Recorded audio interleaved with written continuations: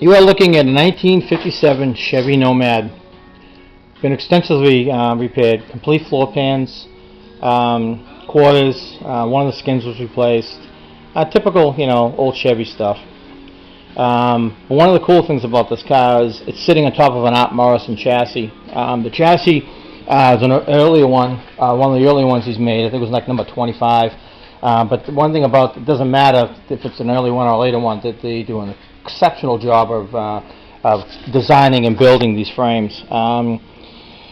The front end is got a rack and pinion, a forward rack and pinion. It has four-wheel disc brakes, coilover shocks, in the back with a 4-link setup, which is really cool. And they engineered it so it would fit underneath the stock sheet metal, so there's no modifications as far as the quarters go. As you can see, the inside of the rear was modified to fit the massive tires we have underneath it. The tires are like 11 inches wide. We put the battery in the back. The car itself was started to be restored by somebody else that apparently didn't know what they were doing. So when it got to my possession, I had to undo some of the mess that they did, correct it. And the car is now painted. It's a Jaguar blue, and I modified the paint with some pearl, some blue pearl, so in the sun it sparkles really cool. As you can see, it's a two-tone white. The underneath of the car is exceptionally perfect. Painted gloss black on the chassis, the floor. It looks really nice underneath there. The Art Morrison design is incredible. The 4-link is really cool in the back because it has a coilover shock system, but you can modify that. They sell an airbag kit for these cars, and I think the owner's going to go that way later on in the assembly, which I hope he does, because that just add a cool effect to this car. The engine is the big block 454, completely modified, really hot-rodded motor. It's got over 500 horse, 500 foot-pounds of torque. This thing can pull a tree down or drag a bulldozer down the street. It's just incredible. Attached to the back is, a 5-speed transmission, which is good for up to 15 horsepower. This car was going to scoot. The owner of the car not only does he like to have beautiful cars, but he drives them. So this is not going to be a trailer queen. This car is going to look gorgeous. It's going to probably win a few trophies here and there. It's going to look exceptionally perfect. But what I like about it is that the owner is going to treat this bitch the way it should be treated. It's going to be driven. It's going to be driven hard. It's a fast car, and it should be driven that way. It was built that way. The guy that owns it used to race in the circuit tracks up here in northern Mass and New Hampshire. Circle track style racing. So he's been into modifications on all sorts of cars. So he knows what he's doing as far as what he wants for the car. This is not his only car. He has several cars, so the guy's really into it. This car is going to be driven the way it should be driven. It's going to make this bitch scream. This car is going to be one of the few cars around here that's going to have both beauty and nastiness. This car is just going to kick ass. He'd like to take it to the salt flats and see what he can do in the salt flats, which is kind of insane for some people, but I think it's really cool. I'm videotaping this after all the extensive bodywork's been done. As you can see, the body is in paint. It's done. The nose still has to be painted and has a extreme lot of work left to do on it. We're going to put an air conditioning system in it. A lot of modifications that way. He's obviously got the trick gauges on his dash. They're analog gauges, but they're retro. They're really cool looking, so it's going to look really nice. Stainless harness in good shape. There's some stuff that has to be cleaned up a little bit. A lot of it was already done by somebody else. It was done pretty decent, but there's still some flaws, which is good because that makes it easy for my job to buff them out and tweak them so they look good on the car. It's going to put tinted glass in it, which is going to be really cool. As you can see, the color is a light blue, and I like blues. That's my favorite color. I have an antique Harley Davidson, a 48 Harley, and I paint it blue all the time. As you can see by my name on YouTube, it's Old Blue Pan, which is what I ride. But these are not my favorite blues. But this blue, when I first got it, it just had a flat silver about it. By adding the blue pearl, it just added an extra sparkle. When the sun hits it, it's just incredible. It's really nice.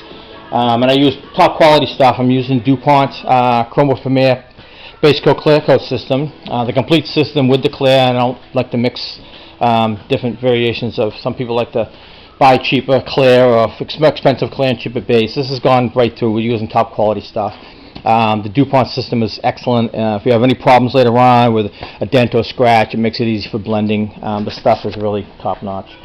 The car itself, with the wheels that are on it, the back rubber, like I said before, it's like 11 inches wide. The style, the rims are not too bad, but when he ordered them, the offset in the front, as you can see, I don't know if you can see it or not, but the offset is just too much. The actual center of the rim is sticking out compared to the rear, where it's recessed in. And it just doesn't look right, and it doesn't look too cool. It's only got one bead of weld on the inside, whereas at the back, obviously, it just sits more in the rim. So he's got to change the wheels. He's not happy with the wheels, and it's an expensive mistake, but it wasn't on his part. It was because of the people that did it, and the people that directed him in the direction to have it done. And so he's going to change the wheels. The front tires will be probably a little bit thinner because they are a little bit wide. He wants them a little thinner. As you can see, the has to have 17-inch style wheels on them because of the large sides of the brakes, which is really cool because this car's going to be really fast and you really need something to slow it down quick. Tailgate area originally had on the tailgate the handle removed and a pop lock put in it, but it's just not practical. Even if you pop, you get nothing to grab it. So we replaced it. We got another tailgate, which is rare to find a tailgate and not in bad shape. We got an original tailgate that had been painted several times, but the rust on it was not as bad as they usually are. Usually these things just go and they just disappear, and there's a lot of work to restore them. This one here did need some work on the tailgate, but not as much. So I'm really happy about the tailgate, because the tailgates, I don't know if you know anything about these cars, they tend to give you a hard time lining up and so forth, especially the tailgate to the latch, the upper part. But this one here has already been fitted. I've had these doors and tailgates on this car several times and off several times, and I adjust them and get them to the point that anybody can put them back on. Because the guy who did this originally, who started it, the doors did not fit, and the quarters didn't fit properly, and I had to remove the quarters and reposition them. Some people just don't understand that aftermarket panels are not exact fitting products. Even though these 57 Chevys quarter panels are usually pretty decent, a lot of these panels, you cannot trust the panels. You should trust the car, and they didn't. So I had to reposition the quarter panels and do them over, but they came out pretty good. The doors fit excellent. They fit right up against the car. They actually, as you can see, just disappear. They got good lines on it. I got to take the doors off again to put proper gaskets on it, because I got the old gaskets and when we're using it for positioning the door, so they're kind of beat up. So we got new gaskets. Also on the lower hinges, we got those modified hinges that allow the wires to travel through the hinges. So I have to take the doors off to put the wires through, get those all set up, and the doors will come off and be put back on for the last time. 6 or 7 times that I've had them off this car. Probably more than that, more like 20. But the dash is in good shape. Again, the dash cluster is really cool. I got to paint that still, but got the analog gauges on it. Haven't decided the color in the interior. A lot of these cars would coordinate the colors of the interior to the exterior of the car, but this is a custom car. We can do whatever we want. So he hasn't made his mind up as far as that goes.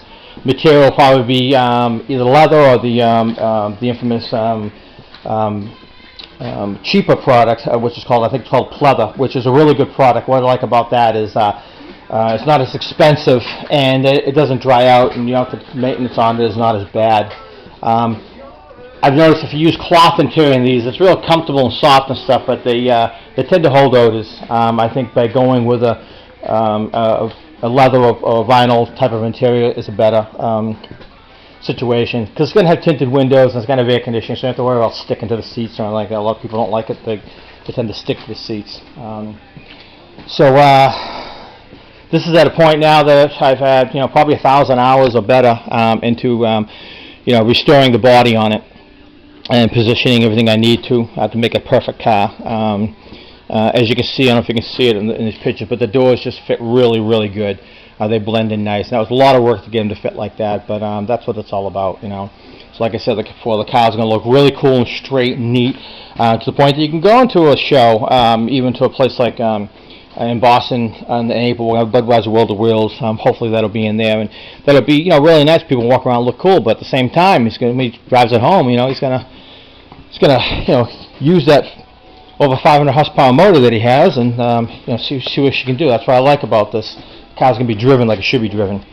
So I'm gonna take 15-minute, 20-minute videos every now and again as I'm assembling it, just for the Tri-5 people that are out there that think doing this stuff is really cool. I'm 52 years old. I've been working on these cars. I've been, you know, in the body industry for 35 years. I have extensively done Tri-5s. I literally, you know, probably, you know, 70 or 80 cars that I've worked on over the years, of mostly Tri-5s, plus other cars like Corvettes and whatever. And that's what I primarily do for the past 20 years, has basically been restoring cars. I used to do collision work, and I always tinkered with these cars on the side, and opened up my shop back in the early 90s, when there wasn't many aftermarket panels around that you could buy and that you had to make and stuff. So today it's just incredible. You can buy complete floor pans, and just stuff you can get today is just amazing. It makes it easier. Again, it's not perfect. You have to usually modify things to make it fit right, but that's pretty cool. So I'll be taking videos of this car every now and again just to let you see how I'm doing on it. This is probably my 6th or 7th Nomad I've done. Usually the ones I've done in the past were pretty much stock. I did build a Pro Street one once, but basically they've been pretty much stock.